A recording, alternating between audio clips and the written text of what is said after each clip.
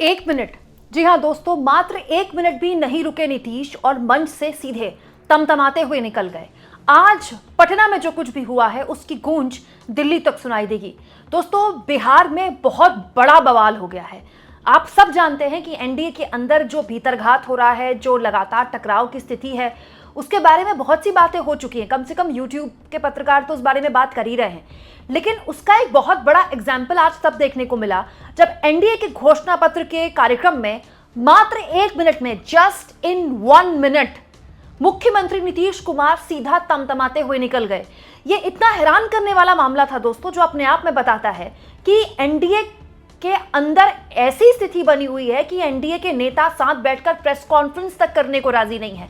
और तो और नीतीश कुमार ने सीधा सीधा पत्रकारों के सवाल लेने से साफ इनकार कर दिया। ये वीडियो आप देखिए दोस्तों। आज एनडीए के घोषणा पत्र को जब जारी किया जा रहा था तो मुख्यमंत्री नीतीश कुमार यहां पर थे। इसके अलावा यहां पर जो बीजेपी के राष्ट्रीय अध्यक्ष जेपी नड्डा यहां पर थे, उपेंद्र कुशवाहा यहां पर थे, जीतन राम मांझी यहां पर थे, चिराग पासवान यहां पर थे, सम्राट चौधरी यहां पर थे और खड़े होकर सबने घोषणा पत्र जारी किया। और उसके बाद नीतीश कुमार सहित तमाम लोगों ने घोषणा पत्र रखा और सब वहां से चलते बन गए। दोस्तों, ये अपने आप में बहुत सी चीजें एनडीए के अंदर बताता है, लेकिन सबसे बड़ी बात ये बताता है कि एनडीए बिहार के लोगों को कितने हल्के में लेती है। आपने घोषणा पत्र क्या सिर्फ नाम के लिए जारी किया है? घोषणा पत्र जारी होता है तो आप प्रेस कॉन्फ्रेंस में सवालों के जवाब लेते हैं, जैसा कि इंडिया गठबंधन वालों ने किया। लेकिन आपने बस फोटो खिंचाई और आप चलते बने। कोई मजाक है क्या घोषणा पत्र?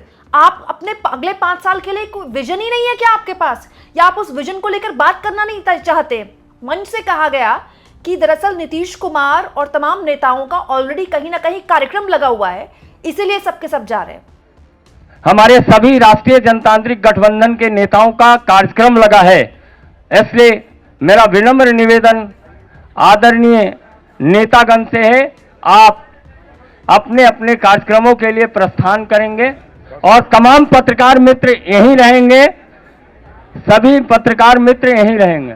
तो दोस्तों, इंपॉर्टेंट क्या है? रैली में नेताजी हाथ हिलाकर फोटो खिंचाएं ये, या फिर ये भी तो एक कार्यक्रम है ना? क्या ये इंपॉर्टेंट नहीं है? और अगर ये इंपॉर्टेंट नहीं था तो फिर बीजेपी और एनडीए के सहयोगियों ने ऐसा कोई प्रेस कॉन्फ्रेंस बुलाई क्यों? और ये किस तरह की प्रेस कॉन्फ्रेंस है कि ये फोटो खिंचाकर चले जाते हैं? दोस्तों, मैं तो कहती हूँ पत्रकारों को बॉयकॉट कर देना चाहिए ऐसी प्रेस कॉन्फ्रेंस का, कि हम आएंगे नहीं ऐसी प्रेस कॉन्फ्रेंस में। क्या मजाक हो रहा है? अब आ जाते हैं दोस्तों इससे इंपॉर्टेंट मूल सवाल पर कि आखिर हुआ क्या। दोस्तों, जो जानकारी पटना से मिल रही है, दरअसल नीतीश कुमार को लेकर अमित शाह ने जो बयान दिया, इसके बाद नीतीश कुमार नाराज चल रहे थे। उनके समर्थक, जो जेडीयू का वो वर्ग जो चाहता है कि नीतीश कुमार रहें, और नीतीश कुमार गए तो मतलब पार्टी चली गई, तो नीतीश कुमार इस बात को लेकर दबाव बना रहे थे अमित शाह कि जिस तरह का बयान उन्होंने दिया सीएम को लेकर। अमित शाह ने पलटी मार ली। आप जानते हैं अमित शाह नीतीश कुमार को लेकर बयान दे चुके हैं कि भाई मुख्यमंत्री और पीएम की कुर्सी खाली नहीं है, यहाँ वैकेंसी नहीं है। एक तरह से माना जा रहा था कि अमित शाह ने पलटी मार ली, लेकिन ये माना गया कि इसके बाद पीएम की 2 रैलियां, कल पीएम ने 2 रैलियां की बिहार में, तो ऐसा माना जा रहा था कि दोनों में से किसी एक रैली में पीएम ये बोल देंगे कि नीतीश कुमार ही सीएम थे, हैं और रहेंगे। जो बात जेडीयू वाले बोल रहे हैं दोस्तों, जो बात एनडीए गठबंधन के बाकी लोग बोल रहे हैं, वो मोदी जी भी बोल दें, भाई कंफ्यूजन खत्म। लेकिन मोदी ने ये बात नहीं बोली। इनफैक्ट कल मोदी के कार्यक्रम में राजीव प्रताप रूडी मौजूद थे, वो जिनका कहा जाता है कि बीजेपी के आजकल बागी सांसद हैं। मोदी के मंच पर वो थे। उन्होंने मंच से बोला नीतीश कुमार ही सीएम थे, हैं और रहेंगे। लेकिन राजीव प्रताप रूडी की बात को मोदी ने आगे नहीं बढ़ाया। इनफैक्ट ये जो घोषणा पत्र जारी हुआ दोस्तों, ये तो और अपमानजनक था। अब जरा इस घोषणा पत्र में देखिए, सबसे बड़ी फोटो जो है वो नरेंद्र मोदी की लगी हुई है और नीतीश कुमार जो है वो साइड में है। तो दोस्तों, नरेंद्र मोदी क्या बिहार के सीएम बनने वाले हैं क्या? इस तरह की फोटो तो दोस्तों एमपी में छापी गई थी बीजेपी द्वारा, क्योंकि शिवराज सिंह चौहान को सीएम नहीं बनाना था। तो जितने भी एमपी के बीजेपी के नेता थे, सबकी फोटो लगा दी गई और सबसे बड़ी फोटो बीजेपी की थी। लेकिन वहां गठबंधन चुनाव नहीं लड़ रहा था ना, वहां बीजेपी अपने दम पर चुनाव लड़ती है, यहां गठबंधन चुनाव लड़ रहा था। तो भाई क्लियर है कि उधर जो सीएम कैंडिडेट है वो तेजस्वी यादव है, इधर क्लैरिटी नहीं है ना। लेकिन इस घोषणा पत्र ने तो उस मतलब जो एक मनमुटाव है उसको और सार्वजनिक कर दिया। मतलब बीजेपी ने इस घोषणा पत्र के जरिए, आप फोटो देखिए, इसमें ऑफिशियली बता दिया कि नीतीश कुमार सीएम फेस, भले ही उनको बीजेपी ढो रही है लेकिन सीएम नहीं बनाएगी। नहीं तो पीएम की जगह सीएम की फोटो होनी चाहिए थी यहाँ पर। भाई, जो आपके मौजूदा सीएम हैं, आप उनको पोर्ट्रे नहीं कर रहे, मोदी जी को पोर्ट्रे कर रहे हैं। मोदी जी के नाम पर तो तब चुनाव लड़ती है बीजेपी जब उसके पास फेस नहीं होता। नीतीश कुमार तो फेस है, तो मतलब नीतीश कुमार सिर्फ चुनाव लड़ने तक के फेस हैं। चुनाव लड़ने के बाद के नीतीश कुमार कोई फेस नहीं है। अगर इस बात में 1% भी सच्चाई ना होती तो आज नीतीश कुमार को बैठाकर प्रेस कॉन्फ्रेंस की जाती। ऐसा कैसे हो गया दोस्तों? प्रेस कॉन्फ्रेंस में सारे नेताओं के पास आने का वक्त है, लेकिन प्रेस कॉन्फ्रेंस में 4-5 सवालों के जवाब देने का वक्त नहीं है। दोस्तों, तेजस्वी यादव ने कहा कि वो हर घर सरकारी नौकरी देंगे, उसका देखिए कितना जबरदस्त असर यहां पर दिखाई दिया है। पहला जो वादा इस घोषणा पत्र में किया गया, 1 करोड़ प्लस सरकारी नौकरी व रोजगार। अब कोई उनसे पूछ ले एनडीए से कि कैसे आएंगी 1 करोड़ प्लस सरकारी नौकरियां और रोजगार, क्योंकि तेजस्वी यादव से यही पूछा जा रहा है। खुद नीतीश कुमार कहते हैं कि उन्होंने इतने सालों में, जब से वो सीएम रहे, 50 लाख लोगों को रोजगार दिया। आप खुद कह रहे हैं कि इतने सालों में आपने 50 लाख लोगों को रोजगार दिया, तो फिर ये 1 करोड़ कैसे आ जाएंगे 5 सालों में? ये तो खैर वादों की बात है दोस्तों, लेकिन इससे इंपॉर्टेंट एक बहुत बड़ा खेल पटना में चल रहा है। दोस्तों, कहने वाले कहते हैं कि नीतीश कुमार की सेहत ही ऐसी नहीं है कि उनको बैठाकर प्रेस कॉन्फ्रेंस कराई जाए, क्योंकि अगर नीतीश कुमार को प्रेस कॉन्फ्रेंस करवाई जाती उनसे तो कोई भी सवाल उनके सामने आ जाता, वो पता नहीं उसका कैसे जवाब देते। तो मैं तो ये मानने को तैयार नहीं हूं, क्योंकि नीतीश कुमार तो रैलियां कर रहे हैं। भाई, नीतीश कुमार पीएम के साथ भी रैली में बैठे हैं, कल नहीं बैठे, इससे पूर्व में बैठे। नीतीश कुमार खुद भी रैलियां कर रहे हैं, अपने कैंडिडेट्स के लिए वोट मांग रहे हैं। तो फिर नीतीश कुमार जब रैली कर सकते हैं तो प्रेस कॉन्फ्रेंस में रिपोर्टर्स के साथ नहीं बैठ सकते? और जब अब नीतीश कुमार की ऐसी स्थिति है कि वो रिपोर्टर्स के सामने सवालों के जवाब देने की स्थिति में भी नहीं है, तो फिर दोस्तों ये भी क्यों बोला जा रहा है कि नेतृत्व में चुनाव लड़ेंगे? आप ऐसे शख्स का नेतृत्व पे कैसे चुनाव लड़ रहे हैं? मतलब कितना भारी कंफ्यूजन दोस्तों बीजेपी के अंदर है, और ये बात कंफ्यूजन से एक कदम आगे है। मैं ये मानने को तैयार नहीं हूं कि नीतीश कुमार की ऐसी स्थिति नहीं होगी कि पत्रकारों से बात नहीं कर सकते। नीतीश कुमार ने ये चूज किया कि वो पत्रकारों से बात नहीं करेंगे। क्यों? क्योंकि कल भी एक बहुत ऐसी चीज हुई है जिस पर बहुत कम लोगों का ध्यान गया। कल मोदी ने 2 रैलियां की दोस्तों, लेकिन दोनों में से एक रैली में भी नीतीश कुमार नहीं थे।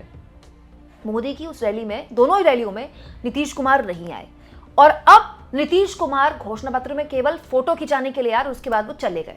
ये अपने आप में बताता है कि बहुत बड़े लेवल पर नीतीश कुमार न केवल नाराज हैं, बल्कि अब बीजेपी को फर्क नहीं पड़ता नीतीश कुमार नाराज है।